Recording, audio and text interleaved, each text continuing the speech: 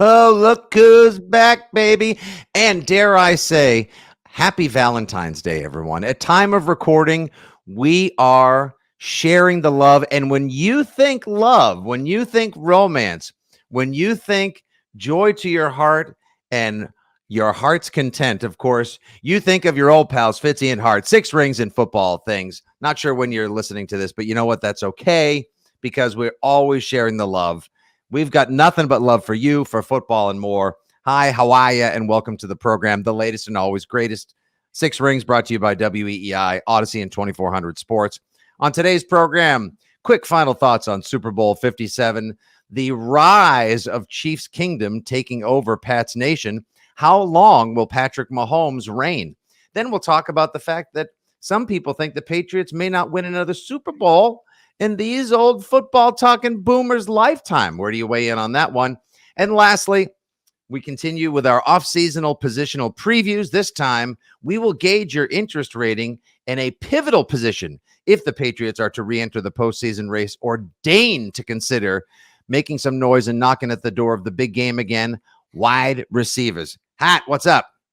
Happy Valentine's Day. I actually think our relationship is probably more comparable to many love relationships out there. There's some love, there's some hate, there's some emotion, but in the end, we stick together and we make it work. It's genuine. That's the thing about our dynamic when it's like, these guys are always bickering. These guys are so different. Like, that's the way relationships are supposed to work, and we'll do a nice little pivot and relate this to football momentarily. But I have always believed, I've been a longstanding buyer into the idea that relationships should work in complement. You know, you bring to the table sometimes what I lack, which isn't obviously very much.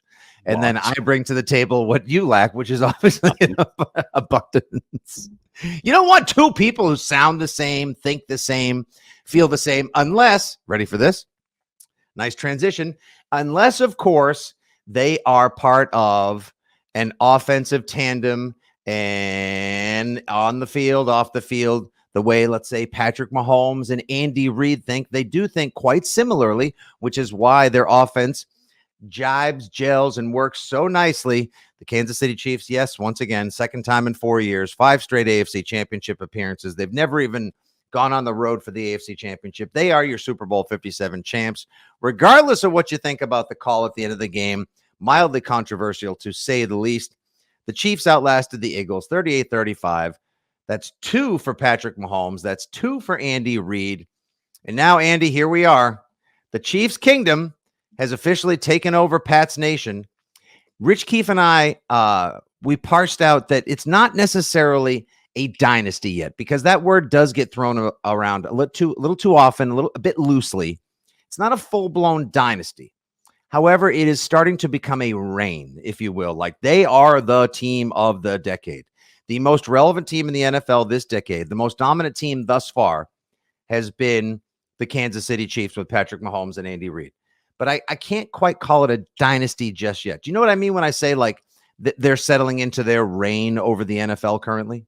Absolutely. They are the Patriots. And the Patriots were the measuring stick, even when they went a decade without winning a Super Bowl. They were the measuring stick for the entirety of that run. And a full decade. That still blows my mind that they were the top team in the NFL for 2 decades and they didn't win a championship for 10 straight years. Right. Because it's hard. It's hard and stuff happens and things get in your way. But there is no doubt that the Chiefs have become the measuring stick. And I'm very simple with Dynasty. I have a rule. It's 3. You win 3 in a core. Okay. Like Mahomes and Reid. If they win 3, they are a dynasty. Right now they have 2. They need to get 1 more. And yes, that will become a dynasty. But in terms of, the reign, I guess, as you put it, I find it so interesting. In so many ways, they're the Patriots. The MVP quarterback, the AFC title games, the best coach and the best quarterback married together, and the elite playmakers, which look like they're going to change. You already lost Tyreek Hill. You will lose Kelsey at some point in Mahomes' career. Can he replace him with, Patriots transition from Moss and Welker to Gronkowski and Edelman? Can he make that transition and have all pros, Pro Bowl caliber weapons that come through? But even fascinating for me was Travis freaking Kelsey pulling a McGinnis, Harrison, Brady. No one thought we could do it, but what the F are you talking about? Where did that come from? Aside from the fact that Buffalo was maybe more people thought Buffalo was going to win this year because of the way that game ended last year and the moves they made. Okay, maybe more people picked the Bills. We pick somebody else because we can only pick one. If you say, season starts, you have to pick a Super Bowl winner. I can only pick one. Doesn't mean I don't think the number 2 or the number 3 team can't win it. No one said everyone had them win. Top 5 in the NFL. Absolutely. Everyone said they were the second or the third best team in the conference. Yep. Everyone had them winning the AFC West.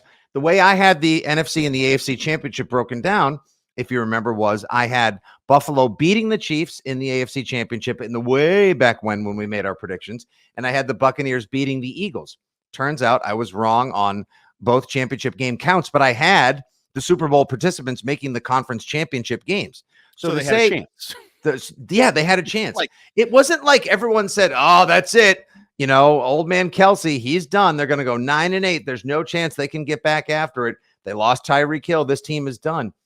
Obviously, the conjoining factors that make the Chiefs so incredible that have made them the new Patriots, if you will, because we're always in a race. Who's the new GOAT? Who's the new this? Who's the new that? Is Kelsey. All along, it's been Kelsey and mostly Mahomes and Reed. And they probably can get 1 or 2 more years of elite play from Travis Kelsey. And then they've proven, so long as they have a competent trio or cadre of running backs and a wide receiver room full of possession receivers, a potential deep threat, and a wild card. Kadarius Toney could very well be the new discount Ocean State job lot version of Tyreek Hill. They're going to be in every freaking game the rest of the way, so long as Patrick Mahomes is the quarterback. And let's also just put this to rest. There is no discussion as to who the best player in football is until he shows major signs of slippage, there's an injury, or he retires. Patrick Mahomes is the greatest player on planet Earth. Yes, this is okay to say, folks, with all due respect. He may end up going down as the greatest player of all time. We're not there yet. But just please settle in and enjoy the ride and let him be the measuring stick, like you said, Andy, for the time to come, because the guy is just off the charts good. And the funny thing is, he was the second best quarterback on the field for the Super Bowl. Jalen Hurts was the best quarterback. But because the Chiefs and Mahomes got the Brady-like boost, defensive score, punt return, I believe the longest punt return in Super Bowl history. And the refs were on their side too. They are the Patriots. They are the mother bleeping Patriots. And that's why I think Patriots fans so hate them and are so threatened is they're looking at what they used to be and they're longing for that. I used to be that. And now I'm because that penalty was Brady and the Patriots. Absolutely. Bingo. And they didn't need it. It just altered the ending a little bit. They were going to score, probably going to win. It just took away from us, the fan, a couple minutes of Hurts trying to do something with the football, make this a historic Super Bowl. But a field goal Super Bowl win, when you got a defensive score, when you got a big play on special teams, and yet everybody gives the MVP to Mahomes, the whole story is the Patriots. Like you just did, cut and paste, find Patriots, insert Chiefs, boom, boom, boom. Now, you don't need to be defensive Patriots fans. I don't know why you can't just rest on your 6 Super Bowl laurels, but you are defensive. Don't tell me you're not defensive. Don't tell me it doesn't bother you, because it does. It pokes at you. And the more you deny it, the more you doth protest too much. Yeah, and the more obvious it is as well, because, well, Andy, to be quite frank, it stinks to have something taken away from you. It's like being the cool guy in high school, and now all of a sudden you go to college, and it's like, but I used to be that. Now I got to try to earn. But at least you were cool once. There's some kids that get bullied in middle school, high school, and college. At least you were cool for some of it. Cool for a lot of it. Like the Lions get bullied every year. The Lions have just been the kid with the pocket protector and broken horn rims and boogers and a lousy lunch every day, and they've had their milk money taken for years. Maybe they'll actually be the ones who take the milk money back now. The Patriots were cool from kindergarten to graduation. And now someone else has stepped in as the cool kid, and it stinks. Now it's just sort of like, because there's envy. It's a natural emotion. It's a natural reaction. I'd say steer into it as opposed to denying it. There's no reason not to just be honest about it. Like, it sucks watching another team be there. You can't wait for your team to hopefully get back there, but you have to at least appreciate greatness. Otherwise, you show yourself, and here comes Fraud Squad. Ready? I'm actually going to steer into your whole you people Fraud Squad thing. Otherwise, if you can't at least appreciate the fact that someone is the new what you used to be and is great at the game that you love so much, then you're proving yourself to be a fraudulent football fan. You're just a Patriots fan and not a true fan of the game. And that would be disappointing. It would be. And like, I even look at the loser in this game, the Eagles. Think of how close they have been to the team of the 2000s. Andy Reid led them to 3 straight NFC title games. They go to the Super Bowl. They throw up on themselves, lose to the Patriots. They get back there and win with a backup quarterback. They get back there with a true franchise quarterback and lose. But a couple plays here or there throughout the last 20 years, maybe the Eagles are the dominant team of this. Maybe Jeffrey Lurie is like, son of a bitch, I was this close to being on top of the mountain for 2 decades. And because what they've done is impressive to build, rebuild multiple. Now they're going to lose 2 coordinators, Andy. They're going to lose. Right. They'll lose their defensive coordinator, likely to Arizona. As Gronk calls him, Shane Spikeman is going to take over as head coach in Indianapolis. He'll probably do a great job. He'll get a franchise quarterback in the draft like that. And you know what? Sirianni will promote the quarterback's coach to offensive coordinator. They have their system in place. And final thought on Super Bowl 57, just a general overall football thought. And boy, oh boy, wouldn't this guy, this former Alabama quarterback, have looked nice in a Patriots uniform?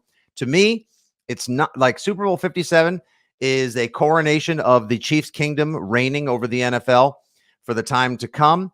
Andy Reid's greatness. He is now in the all-time great NFL coach conversation. Patrick Mahomes is already in Canton in the Pro Football Hall of Fame. Now he gets a chance to not only be the best quarterback of his modern age, but enter the greatest quarterbacks of all time discussion. Jalen Hurts was the star, the standout, and to me, the breakout of Super Bowl 57. That guy can ball out. All except when he dropped the ball and gave the game to the Chiefs. except for when he screwed the pooch and crapped the bed. Just that give him a breakfast, give him a mulligan on that one. But still, like, if you gave him the ball back, like if they don't call that ticky-tack play on Bradbury and they give him the ball back with 1:40 left, I was full well confident that I would have bought in 100% on him driving them down the field and getting a game-tying field goal. And then we would have gotten another Super Bowl overtime, and who would have said no to that?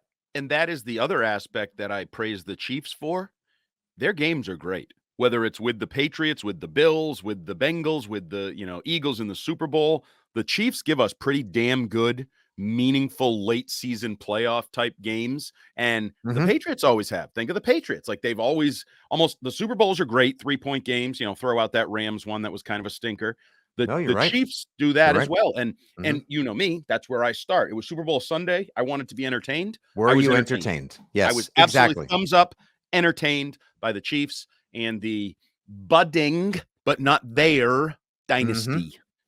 Which, yes, exactly. It's a burgeoning dynasty, if you will. They are currently reigning over the NFL. I told you I thought that game was going to be Super Bowl 38 adjacent. It kind of was. It was way more like Super Bowl 38 than I think a lot of people probably either gave it credit for or thought that it would be. Exciting to the finish. Yes, very Patriot-like. It's a cruel mirror, Pats fans, but you know what? At the same time, it's good football. I've been entertained, and I hope you guys have been entertained tuning into the podcast. Thanks so much for the follows at Six Rings Pod, Fitzy GFY, and Jumbo Heart. We've got a whole offseason of action-packed football discussion to share with you guys. So stick around, won't you? Like now, when we move our way into discussing the Patriots and their chance to make the Super Bowl sometime soon. Hey, I like that. I really enjoyed that drug. I want to get a hit of that again sometime soon. Like I always say, Andy, there is no methadone for the NFL. There's also nothing that really supplants winning. There is no high like being a dominant team. There is nothing quite like waking up and knowing your team's going to be great. It makes you feel good. It gets you out of bed quicker. There's a general feeling of empowerment the fan has by knowing their team is always going to be in it, and that there's greatness to be had. And right now, the Patriots fan kind of is wondering, what's the future of my team? I think Bill O'Brien's going to make them better. I think they're approaching this offseason like grown football adults. But when is my team going to get back to near the top? When will they begin the climb again? And is there any chance the Patriots will get back to the top and win a Super Bowl? Tom Curran told us on our WEEI Football Sunday show last week that he did not believe in his lifetime the Patriots would get back to, if not win, another Super Bowl.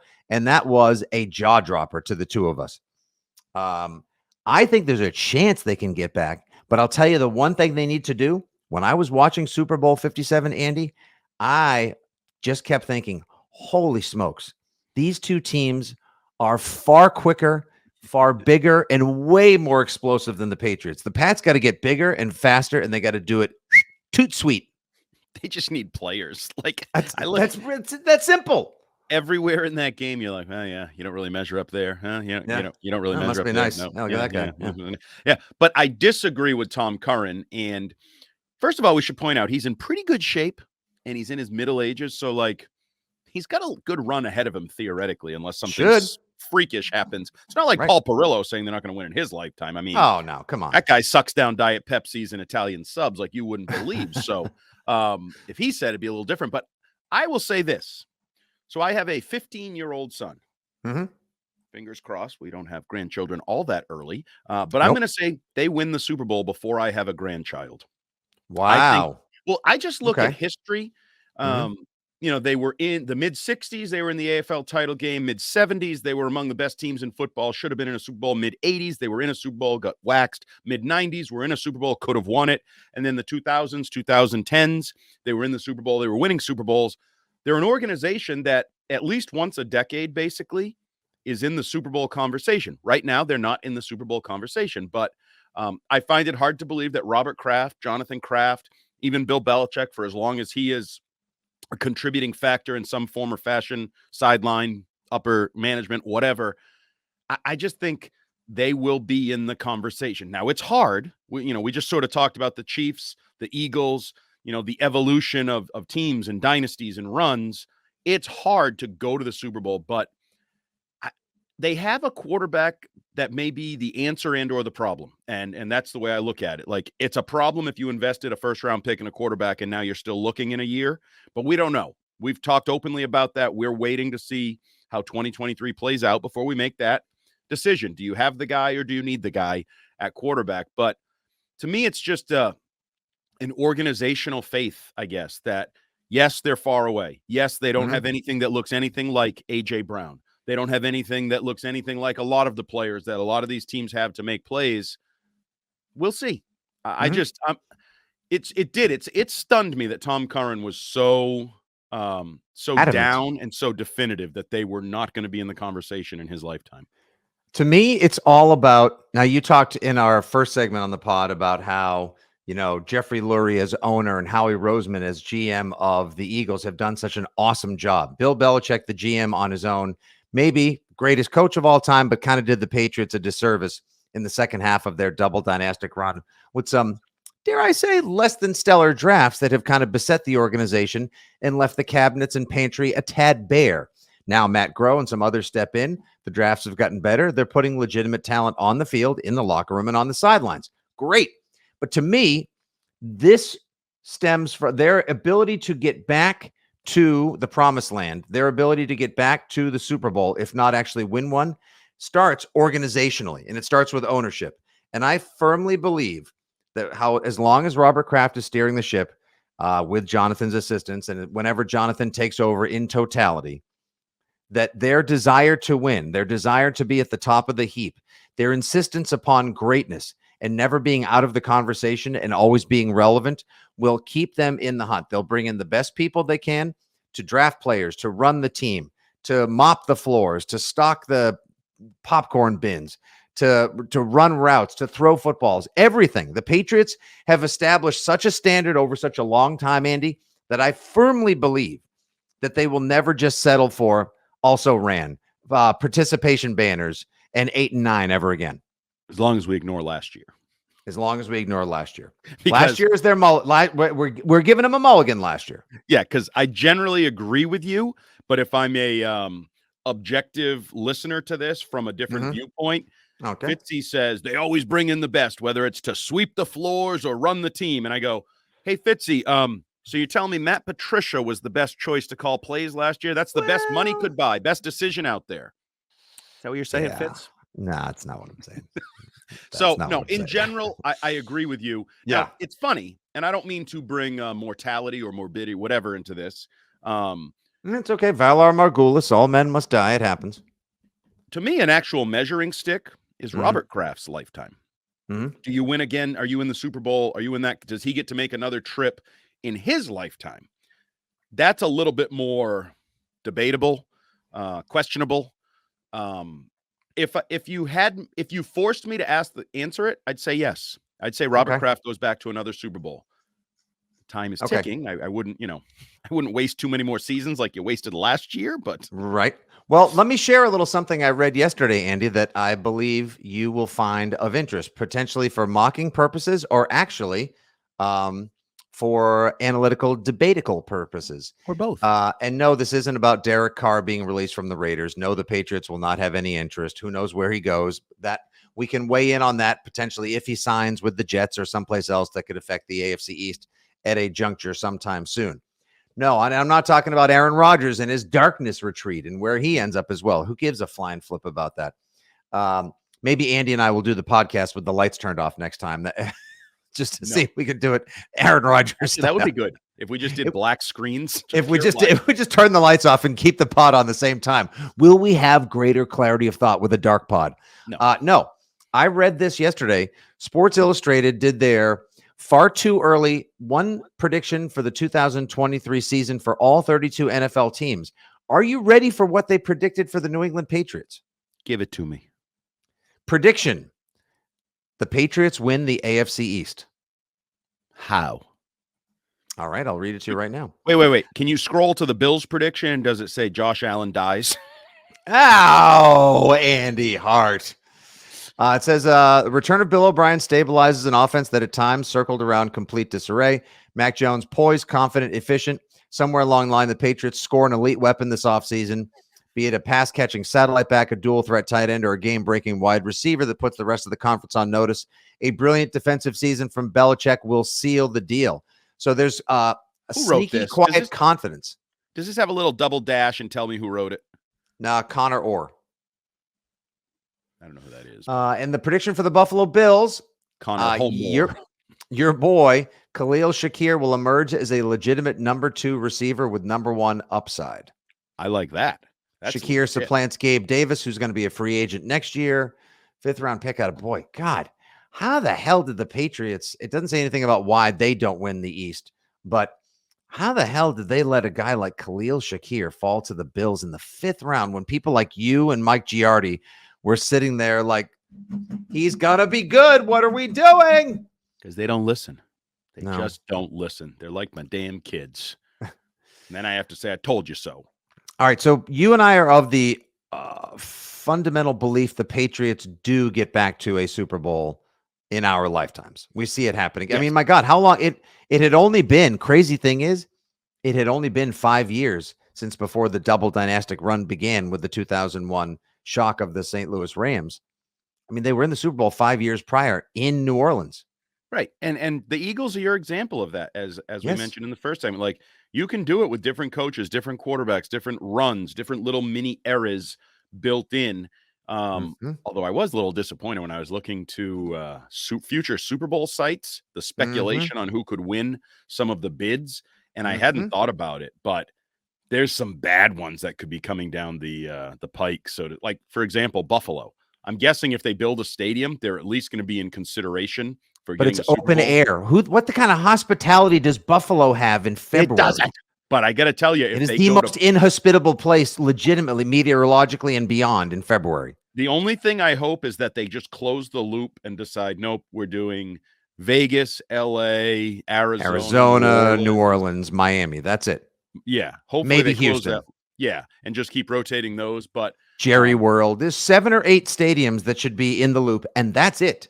Right. And hopefully we're done with the Indies, Detroits, Buffaloes, New Yorks, whatever. Oh, you build a stadium. But I bet we're not. Like Washington. Eventually, when Washington gets a stadium, I bet Washington gets a Super Bowl when they get a new stadium and a new owner and everything down there. You have to have like the number of you have to have restaurants and convention centers and enough hotel rooms like Jacksonville proved years ago. You have to have the infrastructure to host. Yeah. Just bring in cruise ships. Honestly. Well, I think Andy, we both agree that the Patriots can and will likely get back to a Super Bowl. Let's say maybe in the next 15 years, okay, Oh which would be yeah. pretty amazing. But in order to do so, they are going to need just even to fulfill SI's crazy hot prediction for the 2023 season, to get back in the conversation, to finally knock off the Bills once again and more. They're going to have to make some changes. They're going to have to address a certain position aggressively this offseason, be it free agency, trades, the draft, or a combination therein. And that's what we're going to address in our final segment here on the pod. Thanks for listening, tuning in, sharing, rating, subscribing, and more. We loves you here on the Six Rings podcast. All right, continuing with our off-seasonal positional previews.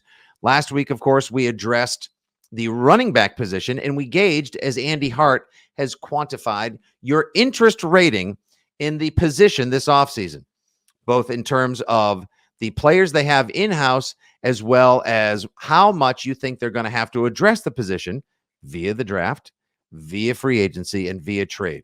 I said was a 3 out of 10 on running backs last week. I think they're pretty well set after grabbing Kevin Harris and Pierre Strong Jr.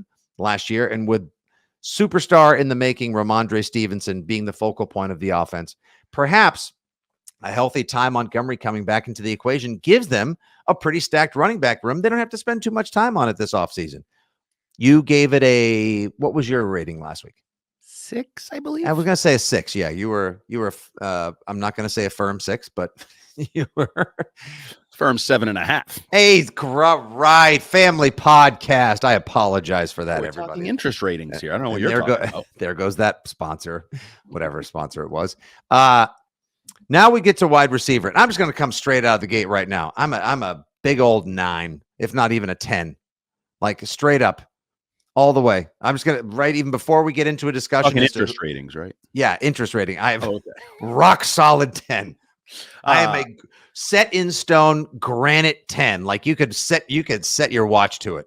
I am all in on the need to address the wide receiver room, because as we saw in Super Bowl 57, the Chiefs thought they could actually run their offense and be just as prolific without the fastest receiver in the NFL. And they diversified the portfolio, and they drafted, signed, and traded wisely for Juju Smith-Schuster, Marquez Valdez-Scantling, Sky Moore, and they picked up a possible Ty Hill clone in Kadarius Toney, who they got, for dimes on the dollar from the Giants, who just needed to move on from him after Joe Judge had temporarily irradiated Kadarius Toney in a Giants uniform, and they just mutually agreed to part ways.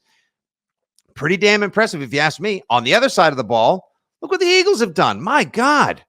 I mean, like whiffing on a bunch of receivers like Jalen Reagor and I forget the name of the other receiver who had like 3 Nelson names. Aguilar.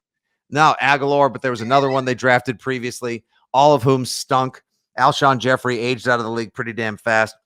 And look what they did. They drafted Devonta Smith last year, first overall. They trade another first-round pick for A.J. Brown, give him the bag. Look what he does for Jalen Hurts and his growth in the offense's proliferation. The Patriots need to do the same. Our own Kyrie Thompson wrote about the Patriots needing to follow the Eagles' plan, not the Chiefs' plan, not the 49ers' plan. Maybe following the Eagles' plan into this offseason for trying to get the offense back up to speed would be a smart thing. You have to invest. They cannot continue to treat the wide receiver position like an add-on or like a protein that you have the option of throwing on to a salad, or like when you get a burrito bowl at Chipotle. Like, you absolutely have to address this like it's a primary focus of the team. So you gave it a 9/10. And as you've been fixating on sort of the pursuit of talent side of interest, I give it a 9 or a 10. And I mean, I wrote down 9 because 10 felt strong. You always got to leave room. Okay. This isn't the dunk contest. If you give the first one a 10, what do you do when the next one? Where do you go from there? Okay. I give it a 9. 9. 9.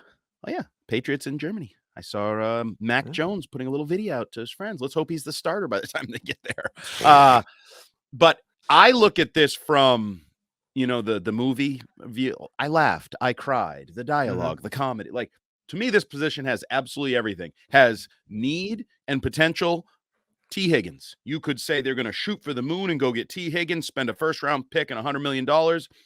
But it also has internal storylines, like subplots. Kendrick Bourne, a year ago, he was a breakout star in the making, except he was a breakout star who was burning out and crashing to earth.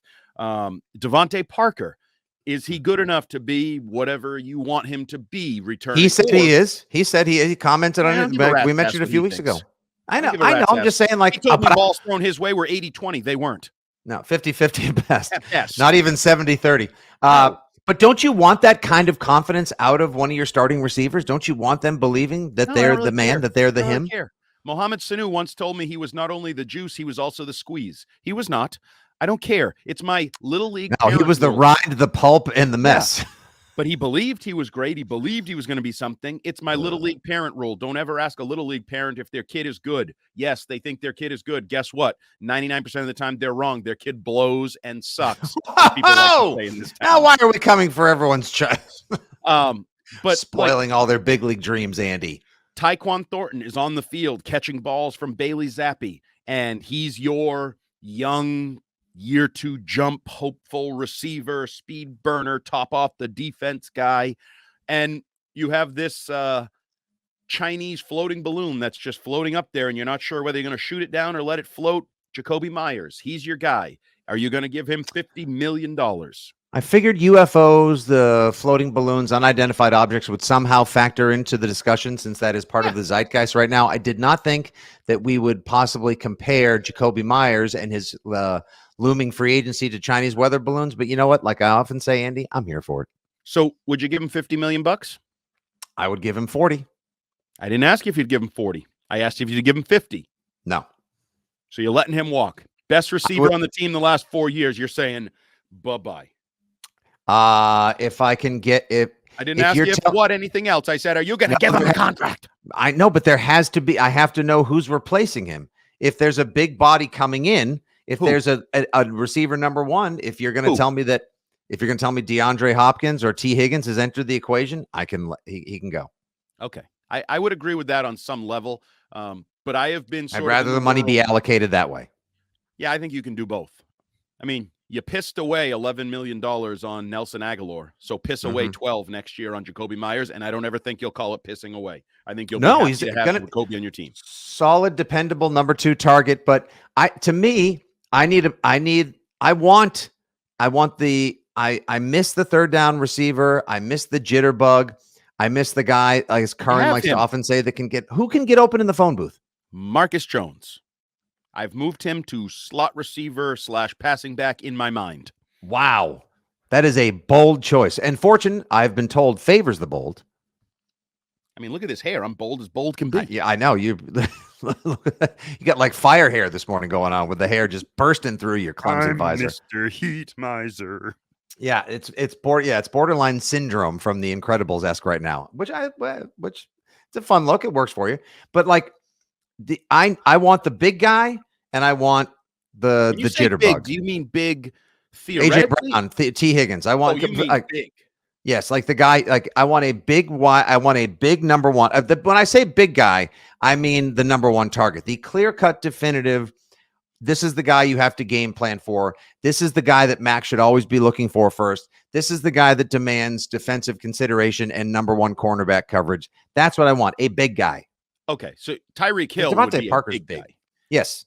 Okay, so it's a go-to guy. It's a number one target. I want a stud. Okay, let me put it this way. I want a stud receiver. The guy he'd fear, right? You know, yes. Ty Law keeps talking about no one would, if he played defense, he would not fear a single member of the New England Patriots. Nope. So you need someone who induces fear in the opposing side. Okay. Can any of the current Patriots become that? I'm going to include Marcus Jones, Kendrick Bourne, Tyquan Thornton, Devontae Parker. Can any one of them, you know how NFL networks love to do like sit downs, like, the storylines. Could any of those guys be November storylines? Like, wow, we didn't think you could be this, but you're now the go-to number one guy in New England. No. Well, that's negative. I'm just being, but is this not a forum for honesty? It is, but I'm the honest one. You're supposed to be the fraudulent Foxborough faithful. I am a super fan. I think last year I was the one who on a Saturday afternoon with Brian Barrett and Kyrie Thompson caught the attention of national media outlets, local papers and more, saying that we believed firmly, no less, that the Patriots wide receiver room of number 2s and 3s would be better than a wide receiver room that had a standout number 1 and then a bunch of 3, maybe a 2, then some 3s and 4s. Turns out we were wrong, but we were wrong because of the play callers and the people directing the personnel and the talent. We're just wrong, period. They say wrong. 2 years in a row, you've been very wrong. All right. Why was I very wrong 2 years ago? 2 years prior. Was it 2 years ago or was it last year when you said you'd rather have the Patriots targets than the Chiefs? Oh yeah, I've been wrong 2 years in a row. Yeah, I'll eat that L. I've been dining on, and look at it's preventing me from aging. It turns out you don't need to worry about other superfoods, losses, and big L's like that in terms of prognostication. Truly keep you young at heart.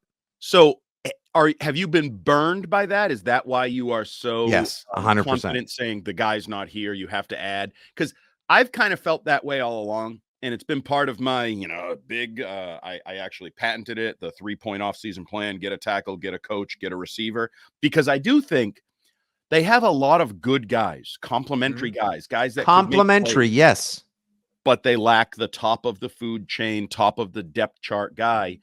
And they haven't really tried of late to get that. N'Keal Harry, Antonio Brown, that era. Because I don't think a trade for Devontae Parker, that's a complimentary guy. You didn't actually think he was going to be. I gave up a 5th rounder for him, for goodness sakes. Right. So I'm with you. And that's why I've been on the T. Higgins bandwagon. And I'm getting mocked by Paul Perillo and others for it. Oh, goodness sakes. I'd be all in on T. Higgins because I think, now I know some people are doubting T. That's another thing. It's not just would they give up whatever it's going to take to get him. There are some that say he's not A.J. Brown. He's not Stephon Diggs. He's not special. He's a number 2. He'll always be a really good number 2. Who's the only receiver that had over 100 yards receiving in Super Bowl 56? T. Higgins. I love him. I would just look 19 touchdowns in 3 seasons, like you've pointed out, over 1,000 yards each and every season when he's been the 1 or the 2. And go back and watch the Patriots game, the first half. Bengals Patriots. I thought you saw a man among boys. I thought at points in the playoff game, that touchdown in the front right corner of the end zone, he's a big boy. He can do it, and I would love to see him get his opportunity. And that's the other thing. If you and I are right about the Patriots, I actually think it would be a good fit for him. You're not going somewhere where it's just him. You're going somewhere where we think they have a 2 and a 3 and a tight. You know what I mean? Like, he either proves it by beating people or he proves it when he gets doubled. Oh, wow. Look at how much he opened up Hunter Henry. Look at how much he opened up Kendrick Bourne. So look how much he opened up the running game. Look at what he did for Max Confidence. I actually think it would be a good fit for him personally in New England because it wouldn't be, yes, he'd be the be all end all because if you trade a high pick and you give him $100 million, you put a bullseye on your back. But yeah, I think he'd have a lot to work with around him. So I'm all in on T. Higgins. All right, let me make a state. Let me just make a statement of forlorn wanting and frustration as it regards the Patriots. I'll ask you a question and then we'll wrap it up. I still have no idea, for love, sex, or money, why the New England Patriots, when he was suspended for placing a parlay, one stupid innocuous bet, something we now talk about openly on the radio, hopefully getting a adult wagering and sportsbook sponsor soon here on our podcast and beyond. Calvin Ridley places one stupid bet. Far be it from Calvin Ridley as the new Pete Rose, gets suspended, and the Jaguars have the savvy to offer up a 5th round pick to get his rights from the Falcons. And now he's going to have a 1-year deal, one chance to earn that next ginormous contract playing with the Jaguars, who already have a good receiver room and have a potential top 5 quarterback in the NFL in Trevor Lawrence. Calvin Ridley is going to explode next season. The Patriots had a chance to have previously addressed this, and for no reason that I can think of, Andy, they just looked right past. They just glazed over it, glossed right over the idea that they could have had a number 1 receiver for free, basically. Yeah. If you remember, there was a lot of talk. It was before the suspension. It was going to take a 2nd round pick to get Calvin Ridley. And we all thought they were going to be in on him. Well, I didn't want to be at that price and that the quick turnaround where you have to give him a contract, not knowing what he is for a 5th round pick, a late round throwaway pick. I don't, I don't know if it has to do with what they think his future is, their intel on his gambling. Who knows? Maybe they think he's going to get suspended again in the future. I don't know their background, how the file is filled with Calvin Ridley, but I absolutely at that price think he would have. It's a Patriot move: buy low, sell high. Buy low, like even if they always used to do that. We would have just been hailing and praising Belichick, chess over checkers, blah blah blah. Yeah, and to the point where they used to love getting the compensatory pick. So you trade a fifth for him, you get a year. He has 1,200 yards in his 1 year with you. You let him leave in free agency. He signs $100 million contract. You get a third round pick back because of the compensatory. You know what I mean? Like, so I don't have a good answer as to why they wouldn't have considered that at the time. But I just was reading up on that. Decision. It was bad decision year. Just bad decisions all the way around. Well, let's just hope they got them all out at once. Yeah, because in that same Sports Illustrated article, they talked about Calvin Ridley having a monster season and propelling the Jaguars offense to new heights as they now are set to dominate the AFC South for years to come. Last question. In the off-seasonal positional preview, wide receiver, we've both given it a 9 out of 10. Pretty damn interested in how they need to approach this. They need to address it, insert more talent into the roster.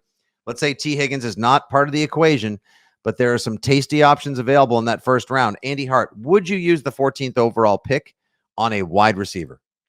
I would not, because I don't think there's going to be one of value there. Trading down for a receiver, and I know Patriots fans sort of just automatically bristle at that idea, trading down. Oh, Belichick added. I would trade down late in the first round maybe for a receiver. If they stay at 14, I think you have to get an elite player, and I think there's going to be an elite offensive tackle in that consideration spot. There may even be an elite edge defender in that spot there. So receiver in the first round, I'm okay with if it comes later. I know like Zay Flowers. Kyrie Thompson's pick 14th overall in his latest mock draft on weei.com. Too high. Way too high. Zay Flowers at 28. In my dream deal, if you trade number 14 to the Bengals for T. Higgins and the 28th pick in the draft, take T. Higgins on a contract, take Zay Flowers with that pick.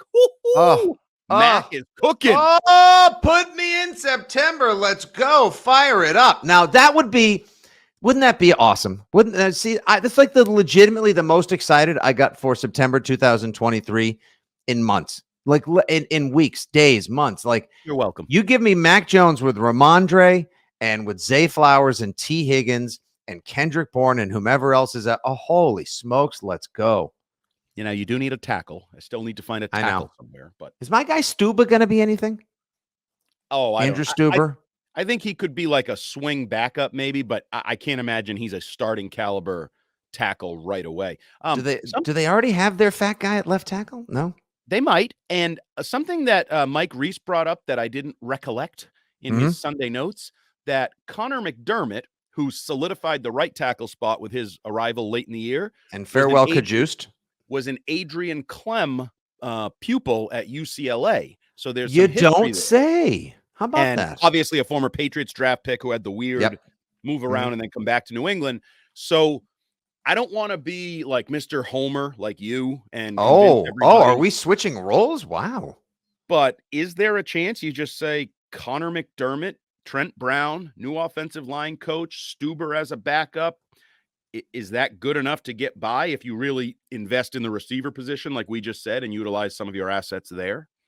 And I do love the fact that in a piece that Reamer wrote up for weei.com, the headline, former players praise Adrian Clem after Patriots hire. He, quote, preaches violence. Okay. I know we're trying to grow up in a different, the whole idea, like he chose, okay. All right. So maybe put a little edge, some nasty back on that line.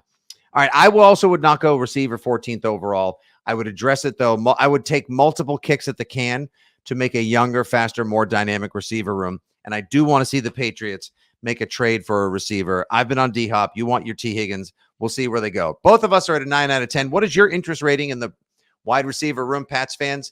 Let us know. Give us a holler at 6 Rings Pod, at FitzyGFY, at Jumbo Hart. All right, we'll be back in a couple of days with yet another off-seasonal positional preview, more Pats Paris news notes, everything else your heart desires for the nonstop 24/7, 365 Foxborough football cycle. Until next time, good job, producer Justin Turpin Excellent work as always, Andy Hart. This is your old pal Nick Fitzstevens saying thanks for listening to Six Rings and Football Things from WEI, Odyssey, and 2400 Sports. Good day, God bless, and as always, go Pats.